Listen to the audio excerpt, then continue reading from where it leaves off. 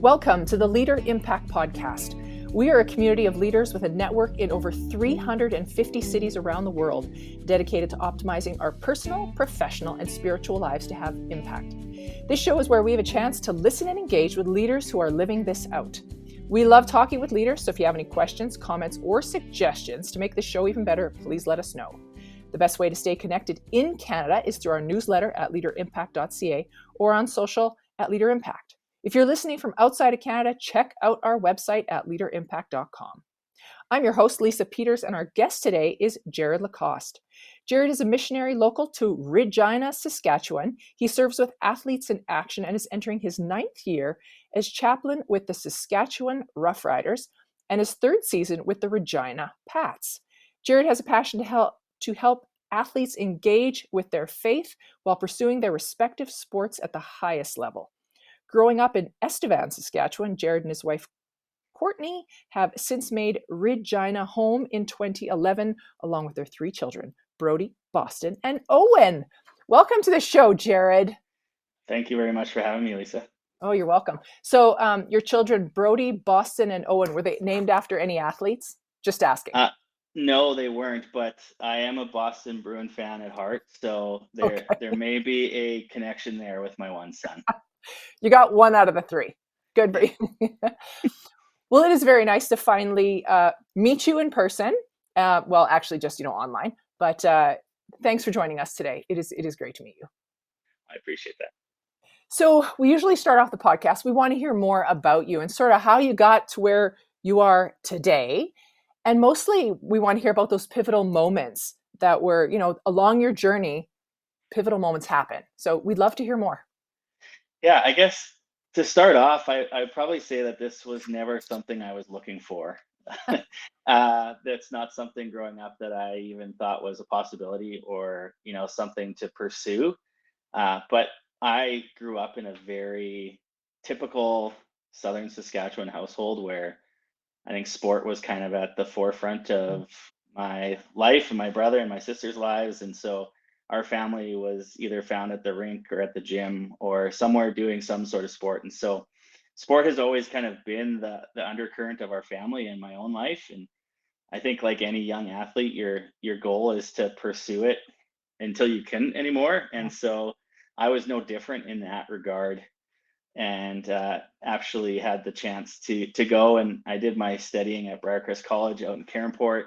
I had the chance to play hockey there for 4 years as well. And so sport was kind of the pursuit for the most part, and never really thought that this area of chaplaincy, one, was even a career choice or a path that I could take, or one that I foresee myself and eventually stepping up into.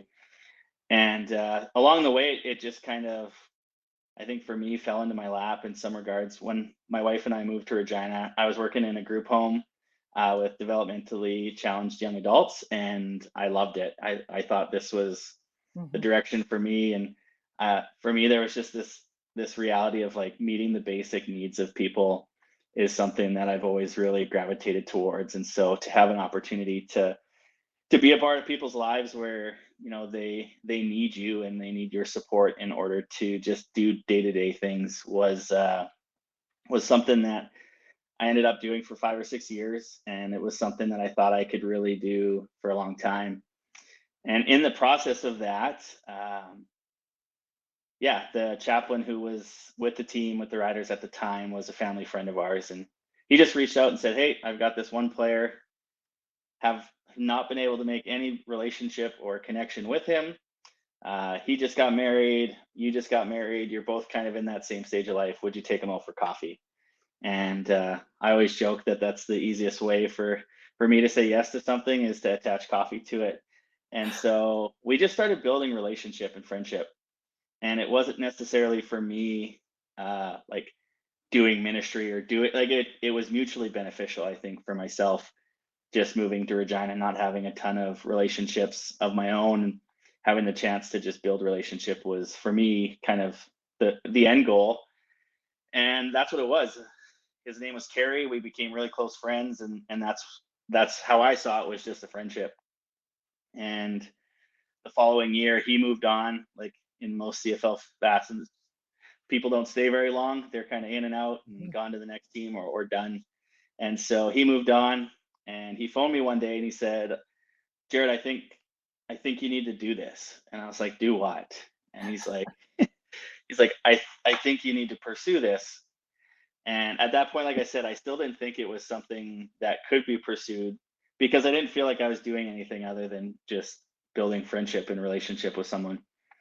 And he said, I have a number of teammates who will likely never darken the doors of a chapel or a Bible study or go to Mhm. church. But a lot of them have said, who was that guy that poured into your life? Because we want someone who just sees us for who we are. Mhm. And that was kind of the pivotal moment for me where I realized that a lot of these men and the positions that they're in, their relationships, they never really know, you know, is it mutual? Is it, is there strings attached? Is there something, you know, that kind of gets in the way because oftentimes it comes with, can I have this or I want that? And so for them to go, I just want something or someone who cares about me and nothing else. And so that's kind of how it started for me was just one pivotal relationship that then said, I think you need to do this. And that was in 2013. And so got involved a little bit more, mostly away from the stadium. It'll sound like a broken record, I'm sure this afternoon, but relationship for me is paramount. Like Yeah. that's what I pursue. There's a lot of things in my job that I get to do that I love, but building that relationship and that connection with people is really at the heart of everything. You know, I love everything you're saying, and I think of my question would be these athletes. They're on the team, and they obviously you did something for Carrie. Carrie talks about it, and they're like, I want that. So these athletes that are now, you meet with, and I know with athletes in action, I mean, before every game, or is it before and after every game that you meet? What would be just if you could describe the players in their leadership or their attitudes? Would you say they're any different? Would you say they've changed since meeting with you? They're just still great guys, and I don't know. Yeah, I mean, I think sometimes what I've realized is that there's just a tremendous amount of pressure that comes with being an athlete, but also being an Mm, athlete that is at the professional level and their livelihood and this is their job and there's a certain level of, I mean, in any sport, there's expectations put on each one of these guys to perform and to succeed. And and I always say like I'm probably one of the only people in the building that the relationship doesn't really change if the outcome of the game is, great or bad. Like regardless of whether they had their best game or their worst game, like I have the luxury of not caring about that because I know at the end of the day, like my who I am and who I see them as isn't going to be dictated on a performance, which very few people in this industry and in this job have the ability to actually just maintain that level mhm, of relationship where where it doesn't really the factor of what happens at the end of the game doesn't really matter. And so I've seen a lot of guys really let their guard down around me just because they feel like it's a safe space, but also they feel like they can be themselves around me without their, being that extra set of eyes as to like, how does this impact this or how does mm, like, for me it's kind of just at face value. And like for me, like I said, like we meet regularly and we have scheduled times that players are welcome to come to. And but for me it's those moments of, hey Jared, can we chat, or like, hey, I got a question, or I've been thinking about this. And a lot of it's impromptu, and those are the times where I feel like God is really moving because it's usually on the sidelines or it's at the most inopportune time where you can't really answer it the way you want to because they have to run back out onto the field or whatnot. But it's just neat to see that like a lot of these guys are thinking about these things mhm, and they're questioning things in their own life, and to be able to kind of be alongside that for them as a sounding board, but also as someone who, has a bit of understanding in the area that they're asking, to mhm. be able to give them resources and direct them to where they need to go in order to maybe have some of these questions answered, whether it's through myself or through someone else. Yeah. Man, can you imagine if all offices had you? I mean, there's Yeah. Leader Impact and we meet there, but it's like, man, everybody had a Jared.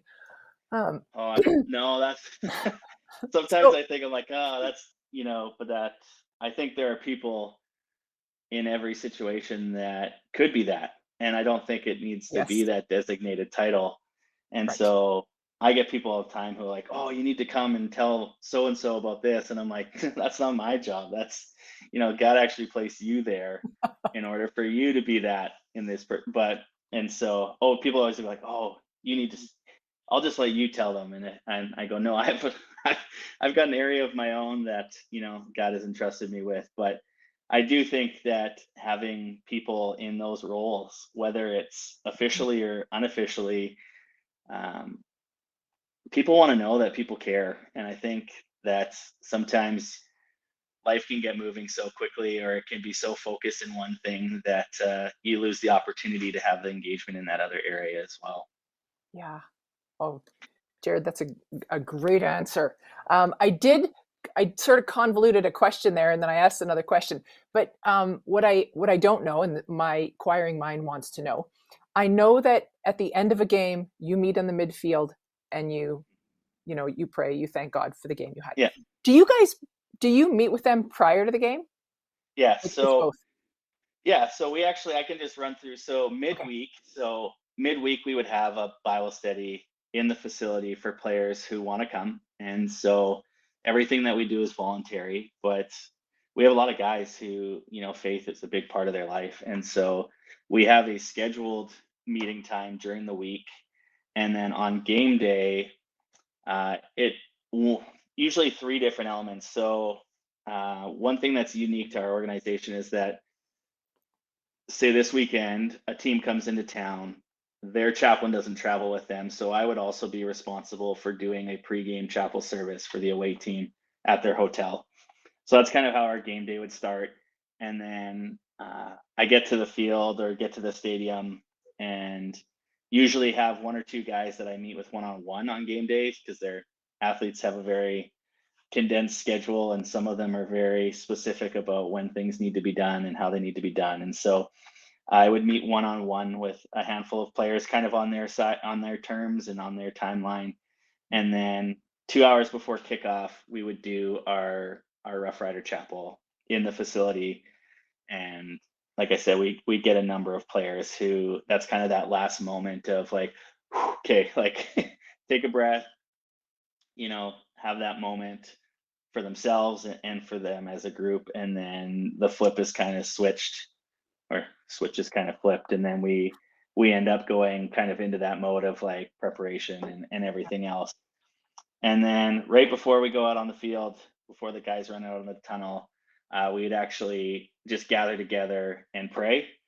And then post game, same thing, we would meet collectively with both teams at center field after the game and pray together, which is unique to football. There's not very many sports out Mhm. there where there's that public display of faith still happening. Yeah. And so, yeah, to me, there's a number of different things, and different guys engage in different things. And I think the amazing thing is that people don't realize that this is the Canadian Football League, and this happens in the National Football League. And I wonder if people see it happening, but they actually don't know what it is. And many times, it's athletes in action.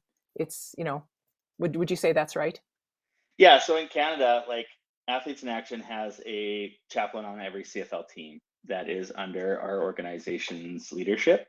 And Yeah. so for us, it's unique to one organization. In the States, they have a number of different sports missions groups that would kind of take care of those things, or local pastors. But in Canada, we are all under the same umbrella of Athletes in Action. And so that's somewhat unique to us, is that every one of us is a coworker in the roles that we're doing on the respective teams that we're with. Yeah. All right. Well, that was an excellent explanation of what you do, and I'm excited that you shared. I needed to know. Our next question is about your best principle of success. if you have one, and if you can tell us a story that may illustrate it. Yeah, I was thinking about this because uh, I'm fortunate to surround myself with high level leaders kind of in every walk, like whether it's here, I mean with the players or the coaches, or I'm surrounded by, I think, good leaders all the time. Mm-hmm. And so somewhat for me, I'm like, oh, like what can I pick from him, and what can I pick from, I have a luxury of people around me who I think are very effective in that area. And I think for me, what it comes down to, maybe if I pinpoint one, would be like ownership. Like I feel like when people get to a point where they themselves feel like they have some piece of ownership, whether it's in a project or a team or something that they're working on, Mm-hmm. people do more if they feel like they have a role and a responsibility that is crucial to the outcome of whatever it is. And so sometimes I think for myself in some of the areas, whether it's project based, in chapel or Bible study, like I don't like to be the guy that talks all the time. Like I just kind of want to sit back and just kind of observe and just really take in and listen to what some of these guys are saying. And it's funny because early on you'll get the guys who kind of are always like side eye, like, is Jared gonna say something? Is he gonna step in? Because they want to concede to myself for the answer. But part of their growth and part of my ability to help them grow is just to let them sit in that and go, well, I actually have something I can offer here, and I have the space and the freedom and the feel like I can. And so if I'm always worried about like what I have to say or what I have to do, it takes away from other people feeling like they can own a piece of what we're doing.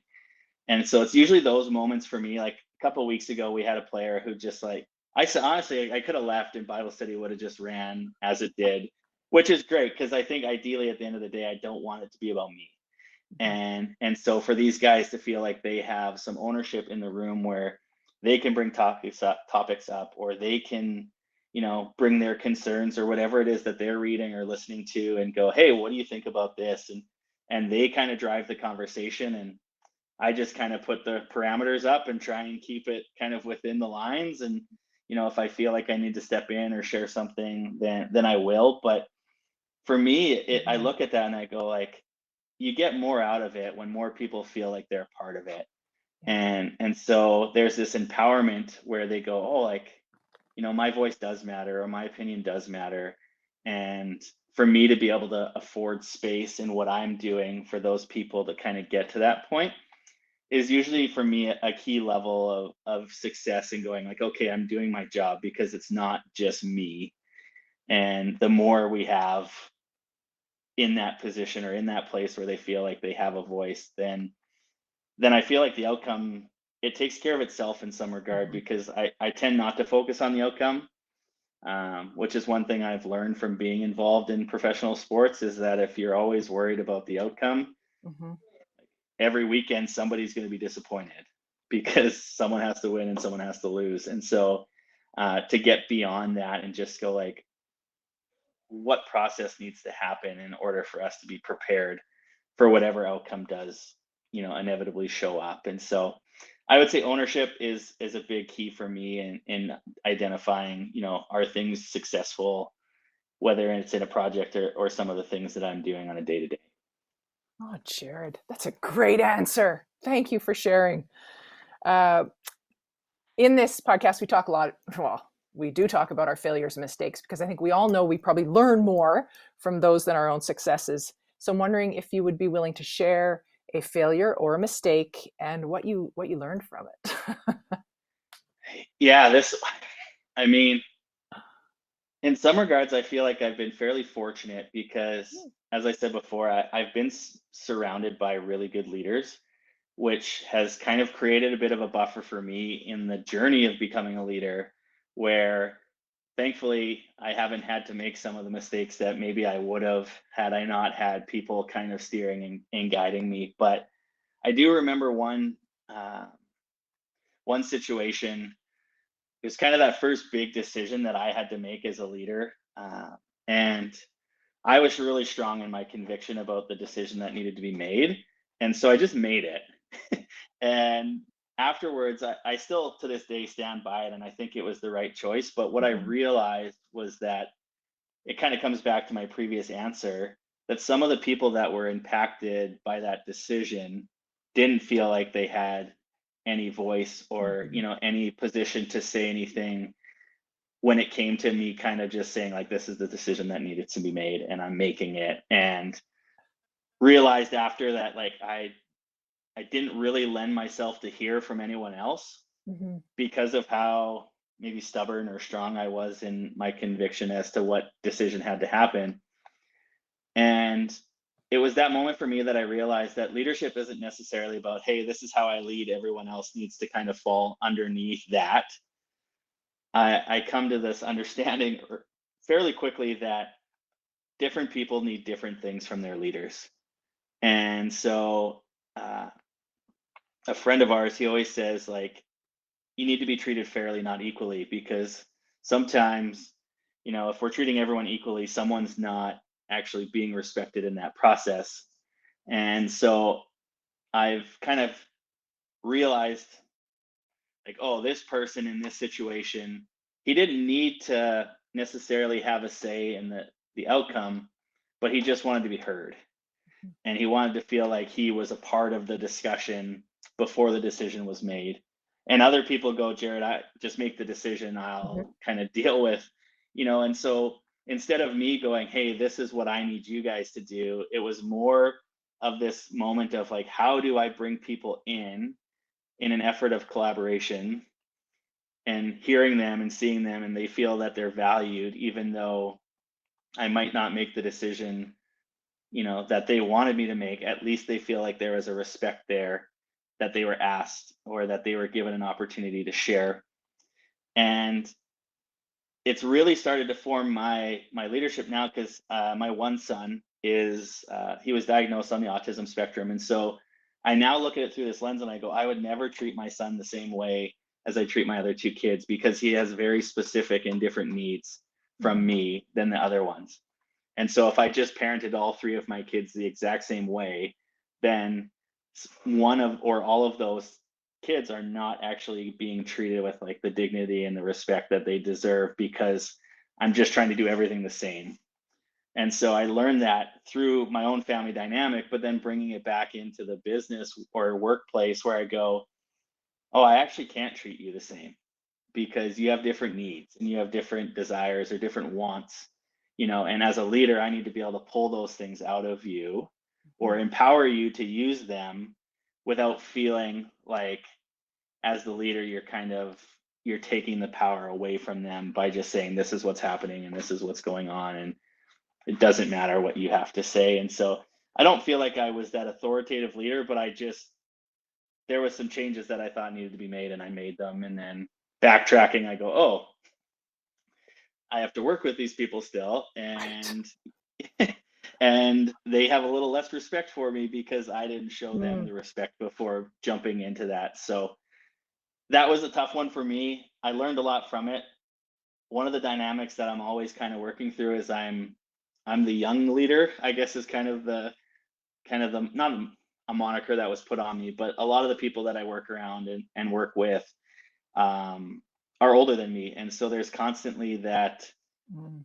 how do you prove yourself or how do you lead from a place of respect when maybe you're seen less as a peer and more as someone younger. And so there's always those things for me that I've had to work through right from the start of going, how do I lead people that are older than me, or how do I lead people who Mm. have been in this organization longer than me?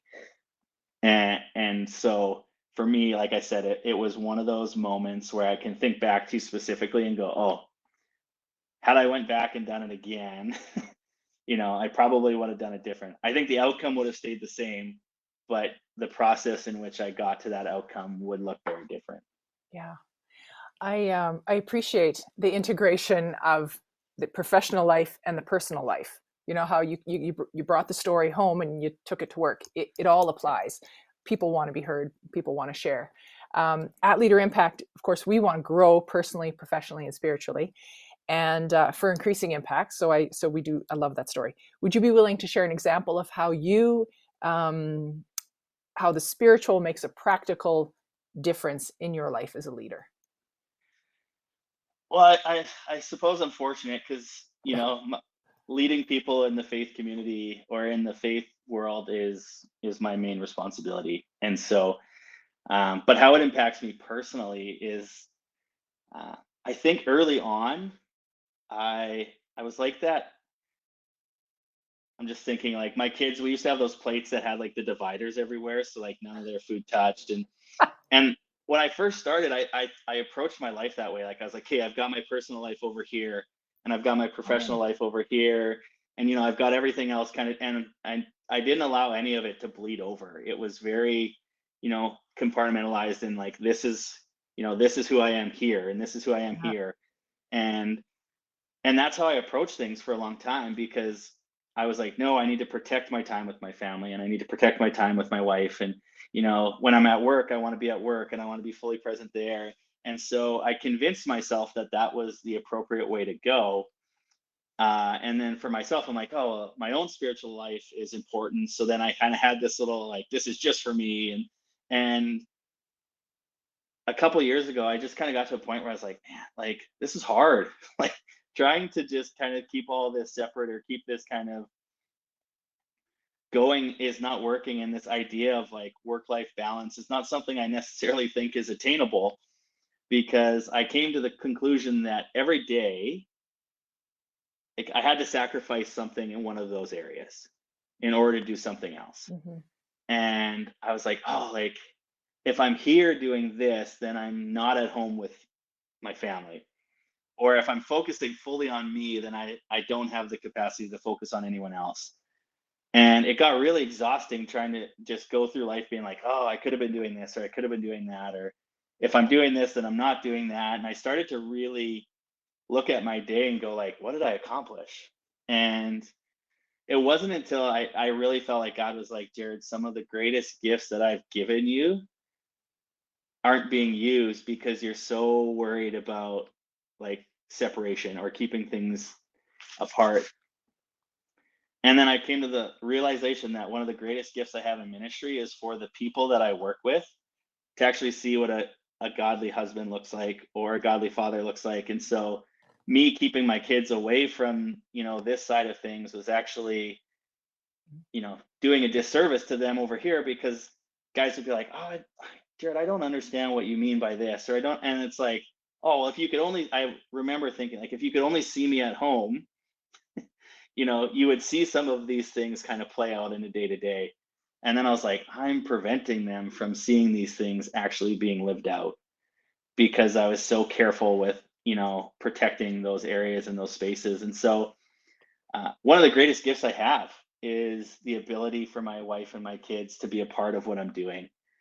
And a lot of the athletes that I work with, it's really unfortunate, but I have a number of players who go, oh, I never had a dad growing up, or I didn't have a male role model in my life.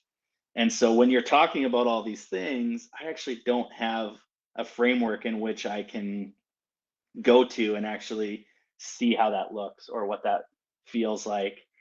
And so I was like, oh, like I'm doing it over here. And if you could only just see it. So I actually had to, kind of erase those lines and go, this is who I am.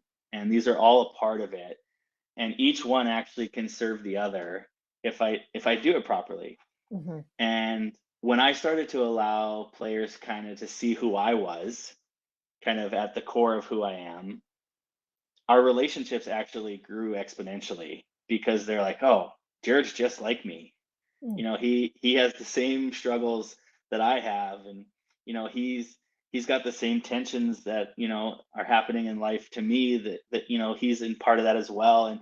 And so it almost humanized me a little bit, and they were like, oh, like I can just be real with him because he's being real with me. And it took for me kind of pulling the curtain back, so to speak, of my life and going, hey guys, this is who I am. And I'm not exempt from any of these things because I'm a spiritual leader or a chaplain.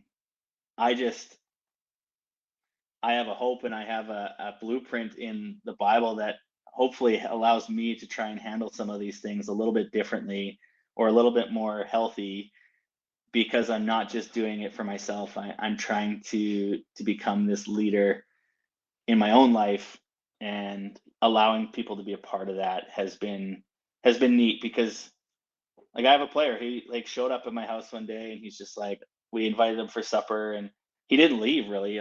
Most of the guys kind of come in, come out, and the next day he goes, Jared, certainly that can't be what your life looks like. And I was like, what do you mean? He's like, it seems fake. And I was like, well, I don't, and for me, I don't understand it, but I didn't grow up in, some of these areas that these guys grew up in. And when he goes, oh, well, you know, I didn't have a dad, or, my mom and dad split up at an early age or whatever. And so like, I don't know so when I'm having conversations with him about what a healthy marriage should look like, Mm-hmm. it's a foreign concept to him, because all he has seen is hurt and, Right. pain when it comes to relationships. And so it was at that moment where I realized, like,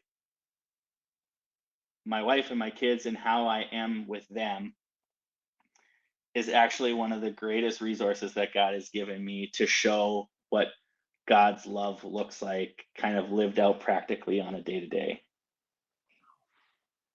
Jared, that's a great answer. I loved your analogy at the beginning with the plate, and that, we break it into three, sections, because I think a lot of people, we don't carry it over.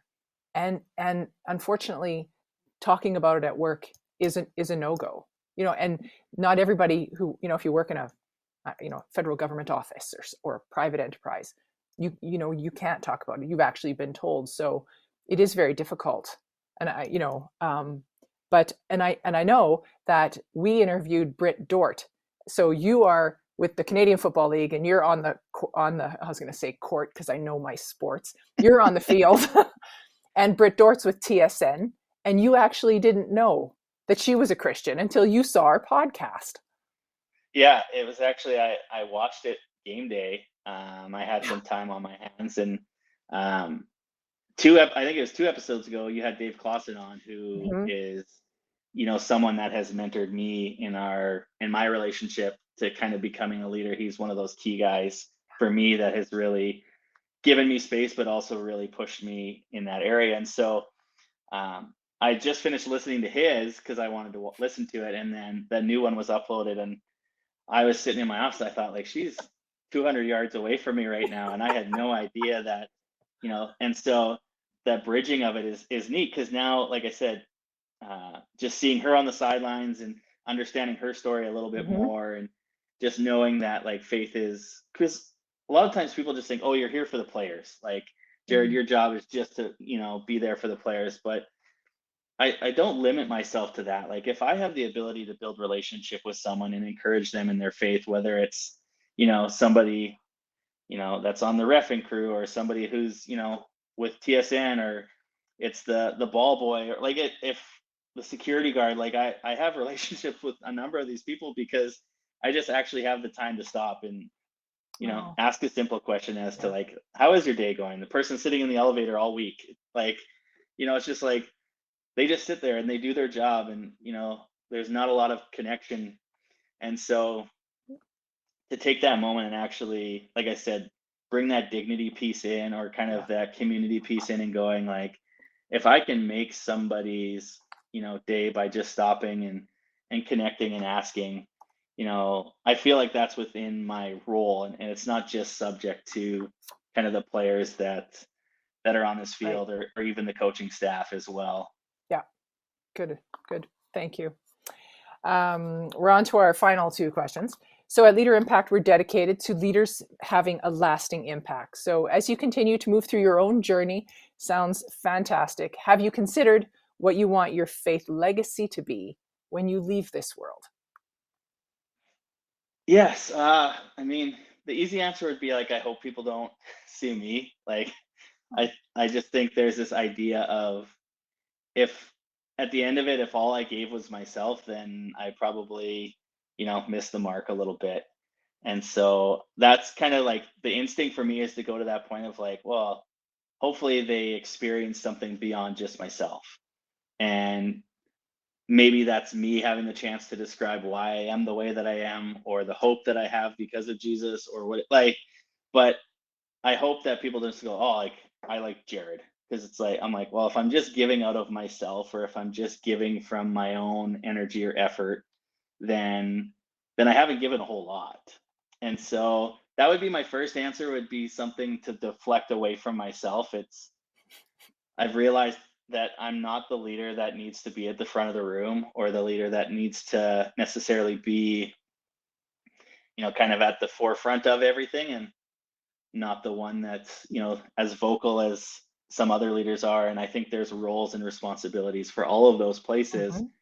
But I have found you know, a lot of joy just being in the back, and just kind of being in those quiet places.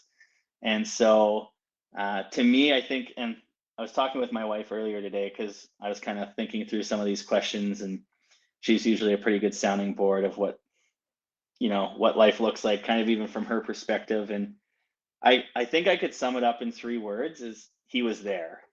Hmm. And when I think about that, it bleeds into every area of my life, where I go, I want my kids to be like, dad was there. Like, he was at the gym, he was at the rink, he was at my recital, he was there to pick me up from school. And I think that is obviously my priority, is them. And so, coming back to a question a few ago, where this idea of, like, give it, like, if you're giving up time somewhere. And as a leader, I've just come to terms with the fact that I'm not willing to sacrifice time at home for the sake of doing something else. And so, my my boss, or Dave Clausen, he had challenged me a number of years ago that, like, ministry can't be done at the expense of family. And so I need to be, true to them first, and I need to be there for them first. And then from there, like I said, now you're dealing with even less time in your day, based on how much time you feel you need to commit at home. And so I got really good at saying no, um, because I wanted to make sure that I was protecting this area. And so, just for an example, our one non-negotiable is that 5 o'clock we're sitting at the table together for supper as a family. That's kind of like the main checkpoint of the day, is all five of us, we're at the table. And my wife's a shift worker, so it depends on her schedule, but when it allows it, like 5 o'clock, we're sitting down together as a family. And we're not rushing out the door, we're not grabbing something and going. Like, we're intentional about spending that time together, because our lives are only getting busier as our Mhm. kids get older, and as they have more and more activities. And so we've kind of prioritized that 5 o'clock to 6 o'clock hour, where we go, nothing's touching that. Like, that's ours. It's a non-negotiable. We're not going to compromise. So now that we have that parameter in place, it allows me to be a little bit more strategic with where I spend my time and what I do. Mhm. But it does come back to, like, I don't want people to be like, oh, Jared didn't have time for me, or he wasn't there, or, I think sometimes we convince ourselves that, because we have so much connection through the palm of our hand now, with whatever Mm. device that we have, that we have a relationship with so many people.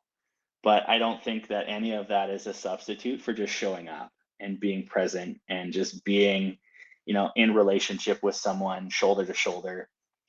And that being present part is interesting, because recently there's been days where I come to work, and I sit in my office, and the door's open, and, nobody steps in, and I leave at the end of the day, and I go, oh, was that a productive day? And God often reminds me, like, Jared, you were there. Mm. Like, if nothing else, you were there.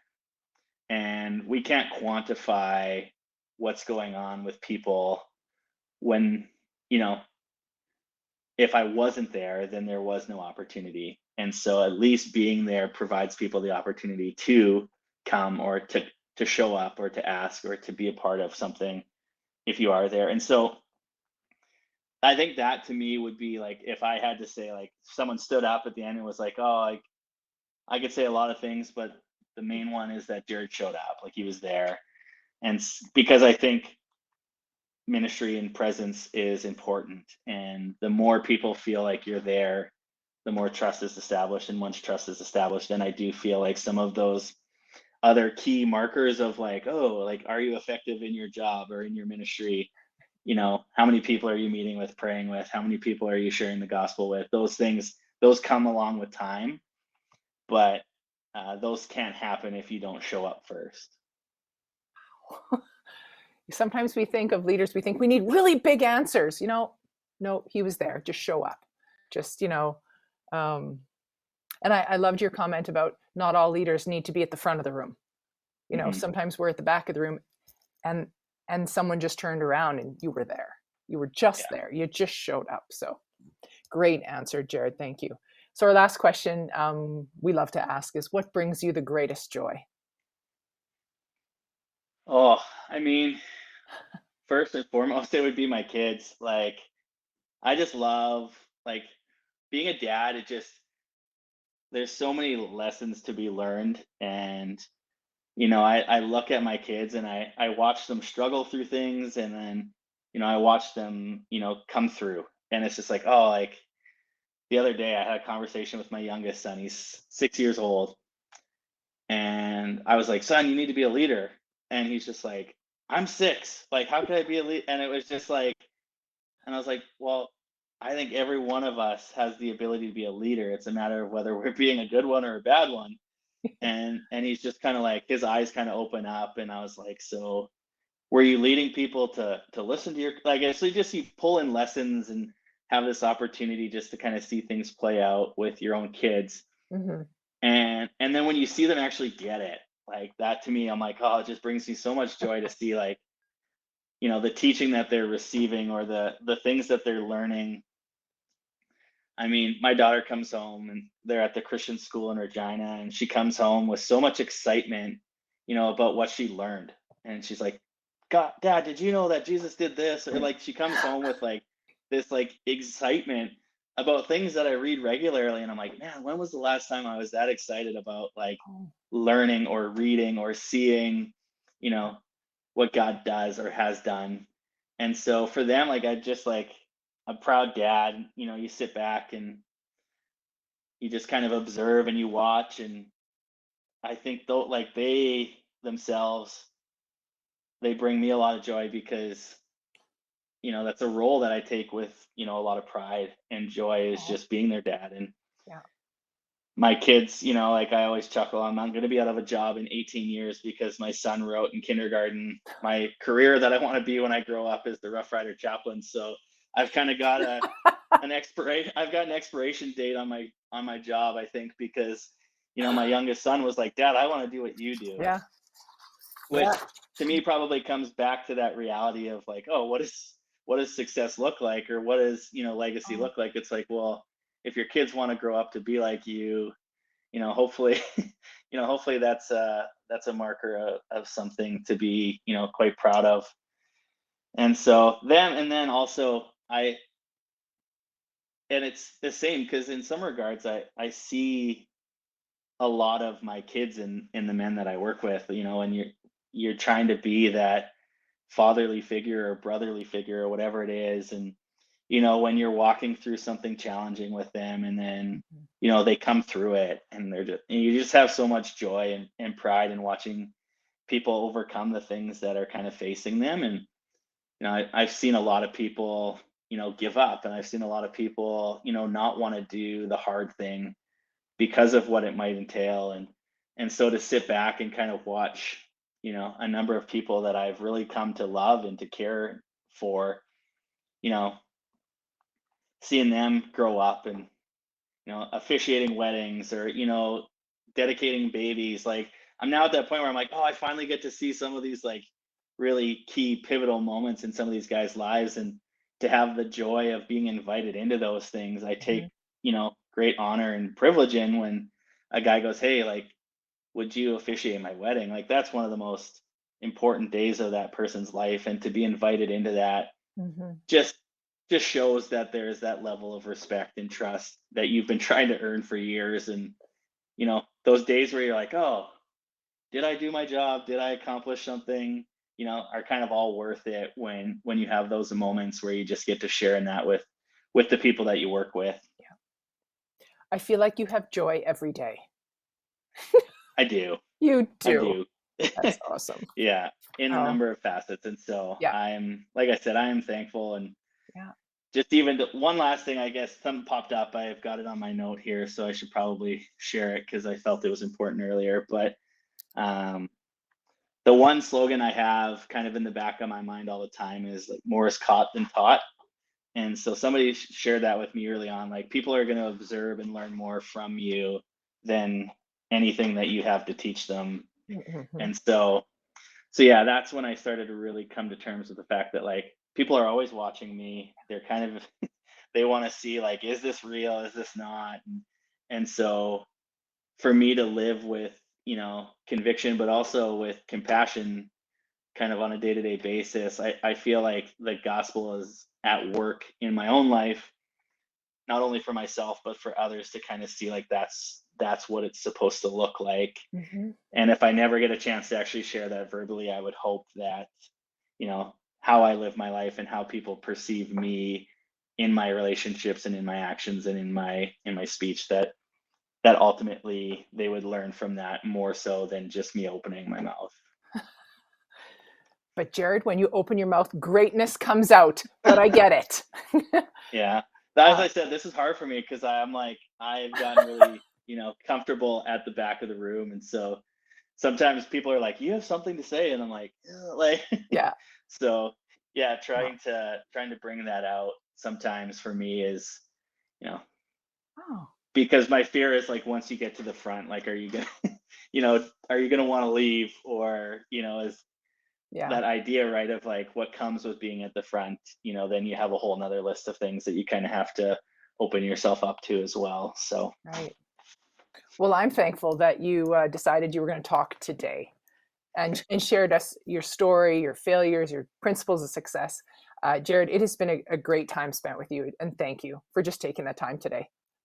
well, I appreciate it. And like I said, I think hopefully there are people out there Mm-hmm. who, can resonate with some aspect of my story of becoming a leader. Because like I said, there was times there where I felt like that wasn't necessarily the trajectory, Right. yeah, in which my story was leading. So Yeah. So if anyone wants to either engage with you about Athletes in Action, want to engage with you about ministry, or just Jared LaCoste, where can they find you? yeah, I think LinkedIn would probably be Okay. one of the easiest places to go. It's just Jared LaCoste, or Athletes in Action wise, like we have a website, athletesinaction.ca, and there's a connect tab there that, yeah, if you want to connect with me, it will eventually end up it's towards me. It's kind of a general service, but if you put my name in there, the office will make sure that the connection is made. We have a lot of information and different resources on our website that, hopefully, if you're looking for some way to engage your faith or even engage in the sporting community wherever you're at, we have representation across the country. And so hopefully, yeah, you would find something there that you can engage with that would be beneficial where you're at in your own journey. All right. Well, thank you again, Jared, for your time today.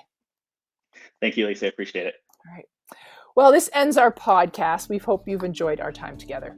If you're part of Leader Impact, you can always discuss or share this podcast with your group. And if you are not yet part of Leader Impact and would like to find out more and grow your leadership, find our podcast page on our website at leaderimpact.ca and check out our free leadership assessment.